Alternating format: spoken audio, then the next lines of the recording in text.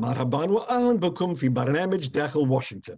معكم مضيفكم روبرت ساتلوف.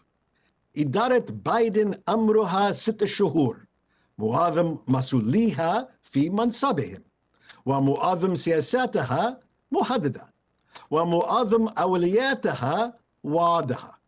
نحن نعرف عن محاربة كوفيد وتعزيز الاقتصاد والتأكيد على زعامة الدولية بعد أعوام أميركا أولاً من رئاسة دونالد ترامب.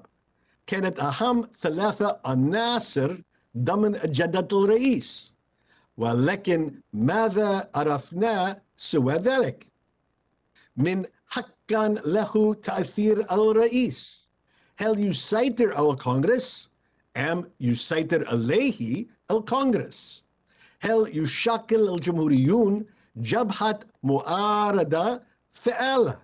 وأي مفاجآت لنا أن نتوقعها خلال الشهور ال6 المقبلة؟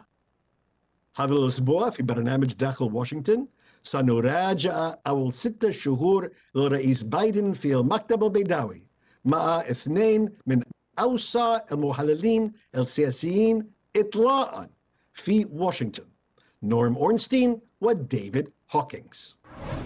Welcome back to Dakhel, Washington. We're now 6 months into the Biden administration. We're past the honeymoon period, way past the first 100 days. It's enough time to begin to make judgments about the president, his administration, and the opposition, loyal or disloyal as it may be. So, gentlemen, I'm delighted to welcome Norm Ornstein, David Hawkins, to help us make these vital judgments. Overall, Norm, David, how do you grade President Biden's first 6 months?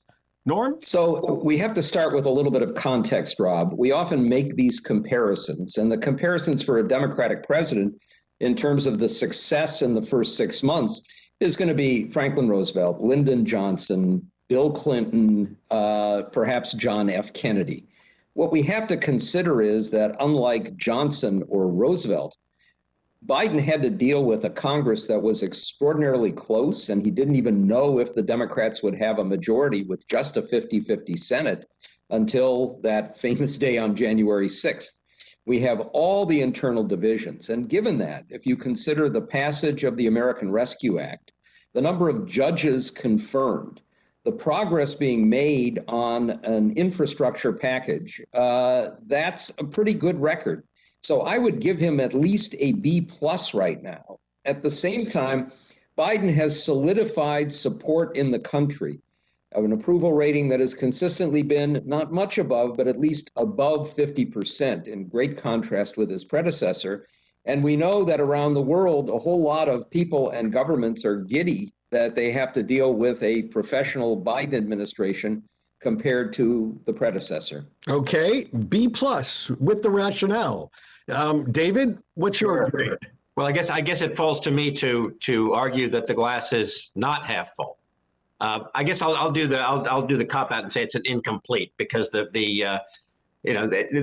still early in the semester to torture the academic metaphor a little longer. This would be when your professor would write you a written comment, not give you a grade, and say, talk up more in class and write smarter papers, but I won't give you a grade yet. But I would say that, yes, of course, I mean, Norm's context is extremely important. Joe Biden is 1 senator away from being the first Democratic president since the 1880s who did not have a Democratic Senate and a Democratic House working with him. He's 1 vote away from that. So he's operating at a razor-thin margin. I'm just not sure how it goes uphill how it gets better from here on out. I think that the infrastructure package, this however you want to measure it, $1 trillion in public works spending and internet spending is hanging by a thread. It's the classic push and pull between a few moderate Republicans who say this relatively modest at $1 trillion package is enough, and Democrats who say it's not nearly enough. After that, it only gets more difficult with internal Democratic strife over whether to spend a couple of trillion more on human infrastructure, daycare, strengthening the social safety net, and people like Bernie Sanders who want to spend $6 trillion. unless the Democrats get 100% behind one of those options or some other option, nothing happens. Biden didn't. What he has moved some judges through. He was quite there was palpable disappointment at the White House in June when he did not get a Supreme Court vacancy to fill in the off year. That will only become more difficult in a midterm election year. So I'm just not. The trajectory doesn't. You don't see a lot of open running room at the end of the tunnel, to torture a metaphor. All right, let me ask a few quick questions. Most significant achievement. What do you grade as his most significant achievement in the first 6 months? Norm? I would say it's the rollout of the vaccine. There was no plan left behind. There were vaccines, but making sure that a majority of Americans would have access and the ability to get those vaccines was critical. If that did not happen, we would be looking at a very different country right now, an economy, I think, in a shambles. That may change, and it may change for the worse, as we know, with the Delta variant. But right now, we're very close to having 70% of Americans, which is not quite where we need to be, but getting closer to develop at least a substantial immunity. David, what would you say is the president's most surprising decision over the past 6 months? They're in short supply, I would say. Is there an obvious answer to that? I would say Biden has, for those of us who've been covering Joe Biden for way too long, he has made few surprising decisions. He has been somewhat internally consistent in his thinking about how he wants to govern. I guess the most surprising decision, or consequential surprising decision, is to not push the Senate to give up its filibuster rules, to not push the Senate to break away from its traditions that no longer work in modern Washington. But at the same time, it's not really surprising, given that he operated in that way for so many years. And Norm, in your view, has the president governed more to the left or more to the center than you originally anticipated on Inauguration Day? A bit more to the left. And I do think one of the main reasons I gave him a pretty high grade is there is, of course, division in the Democratic Party. There's a very strong progressive left. In Congress, it's not that strong compared to the center and center left. But he's managed to keep all of his members together. And although we're starting to get some pushback from the left on the infrastructure issue, we'll see how that plays out. But, remember, with a margin where he can't lose more than almost a literal handful of Democrats in the House, because there are 0 Republicans who will support him, he can't lose a single Democrat in the Senate. And the things that matter, including that huge rescue package, which was a gift to the left and for some of their priorities, he kept them all together, including the more conservative members like Joe Manchin. David, do you agree with that? I do. I think I do. I think that is a solid answer. He has. I can't think of what he's done to tack to the center yet. Except what I said a minute ago about he has not been willing to so-called go nuclear when it comes to getting rid of the filibuster and allowing Democrats a unified Democratic Party to do what it wants. I think part of that is that even getting rid of the filibuster would not guarantee him all that nearly as much success as maybe people think, because, as Norm says, the Democratic Party is still divided. A couple of Democrats would not go along with some of the things he wants. So let's take a step back for a second, David. Presidents normally get to do just a couple of really big things in their term of office. My own view is that helping America return to a sense of normalcy after the Trump years, after the turbulence of the last 4 years, certainly qualifies as one big thing. But what do you think the president wants to view as his big thing, or his 1 or 2 big things that he hopes to achieve now that he's 6 months in and we see how governing is beginning to go? Well, I think genuinely he would love it if his one big thing were to find something that the country could come together on in a bipartisan way. That's pretty elusive. Yes, we're almost at 70% vaccinated, but at the same time, that means, 1 out of every 3 Americans is not vaccinated. The president has not succeeded at, while he's returned to normal, president is acting like a normal president. He's following procedures and processes. He's not thumbing his nose at the rule of law or the judicial system or the American media. He has not had any kind of breakthrough yet in terms of repairing the breach. And the fact that we remain a very, very profoundly, deeply divided country. And I think his one big thing would be having a presidency that ends with the country concluding it was less divided than when he took office. Norm? David is exactly right. We have a normal president in an abnormal society and in an abnormal time.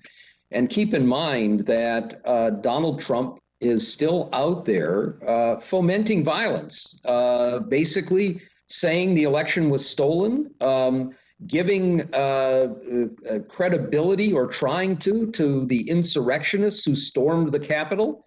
His Republican Party in Congress is dedicated to trying to sweep under the rug what happened on January 6th.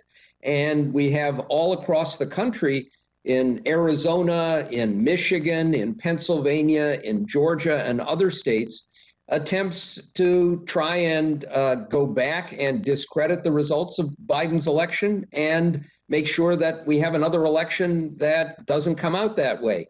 So, what David said about the filibuster, the important thing to remember is that Joe Biden doesn't have the power to change the filibuster. That power resides with 50 senators, Democrats who would have to all agree, and it basically is in the hands of a couple of them.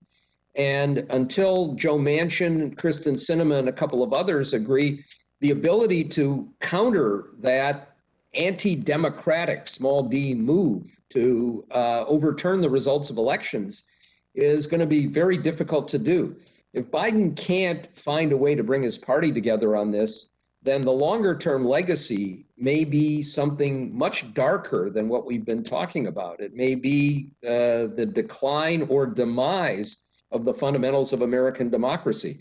So on that front, I think Biden's been disappointing in the sense that he hasn't really used his bully pulpit to let the country know that we're in danger here in terms of the fundamentals of our system. Ooh, on that deep and worrisome note, we're going to take a break. We're going to come back and we're going to take a look at the opposition party and how it has fared over the last 6 months and what all this augurs for the next 6 months before we begin a fateful election year once again in just a moment. Derek Chauvin, the former Minnesota police officer who killed George Floyd by maintaining pressure on his neck and throat for 9 minutes during an arrest last year, was convicted of second-degree murder and sentenced to 22.5 years in prison. No small punishment for a man in blue. This is an opportunity to tell our viewers a bit about the history of police in America. Although we've had cities for more than 300 years and independence for 245, the first publicly funded police force in the United States with full-time officers was only established in 1838 in the city of Boston. Until then, most cities had volunteer night watchmen, but no professional police, and few law enforcement people committed to tracking down criminals. It was a slightly different story in the American South, where forces were established for the express purpose of tracking down runaway slaves. Eventually, police forces became the norm, but then the need was recognized for a national police force to deal with crimes that crossed state lines. At first, that job fell to the U.S. Secret Service, established by Abraham Lincoln near the end of the Civil War. Those functions transferred to the new Federal Bureau of Investigation when it was established in 1908, the FBI. Just from this brief summary, you can tell that in highly decentralized America, police are decentralized too.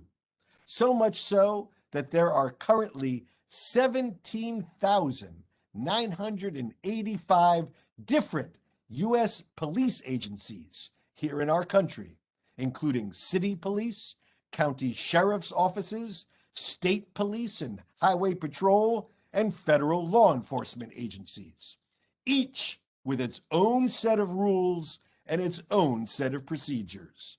Try to keep track of that.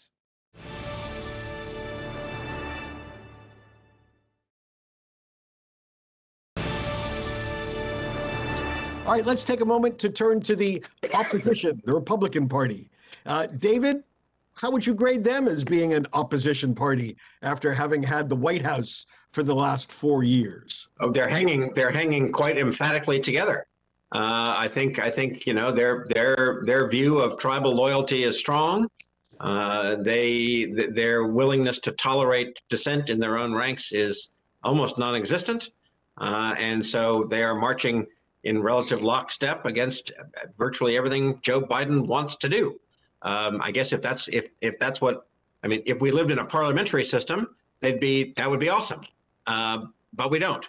So you might think that an opposition party should have some willingness to find compromise and some willingness to claim victories at the margins by doing something collaborative with the majority party. But that used to be the way it was in our system. That was the way it was when I started covering Congress in the 80s and the 90s. It is not that way anymore. There was a famous Marx Brothers movie. I don't know if Marx Brothers have an audience where you are, with a famous song called "Whatever You're For, I'm Against It," and that's the Republican Party now. So actually, Norm, take a moment just to explain this basic point, because most people, if they look at European democracies, they will see unity of the opposition is the normal order of business. As David pointed out, that's not quite the American experience. Exactly so, Rob. And, it's sometimes called a presidential system, but it's a system where there are separate elections for the president, the House of Representatives, and the Senate. Unlike most parliamentary systems, the two bodies, the House and the Senate, each have substantial independent power. And it is very easy to have, and we have had for very substantial periods in our history, divided government, where one party controls the presidency, the other party controls one or both of the houses of Congress. And if they operate like parliamentary parties, as David said, you can get, using the word of the day, gridlock, or sometimes something worse. You can get a kind of internal warfare that's particularly vicious, the inability to act, and sometimes the delegitimization, the discrediting of the legitimacy of, say, the presidency. Now, I think David is exactly right. If we look at a party in the narrowest sense, are they working together? Are they keeping their forces together? Are they voting in unison? The Republicans get an A+.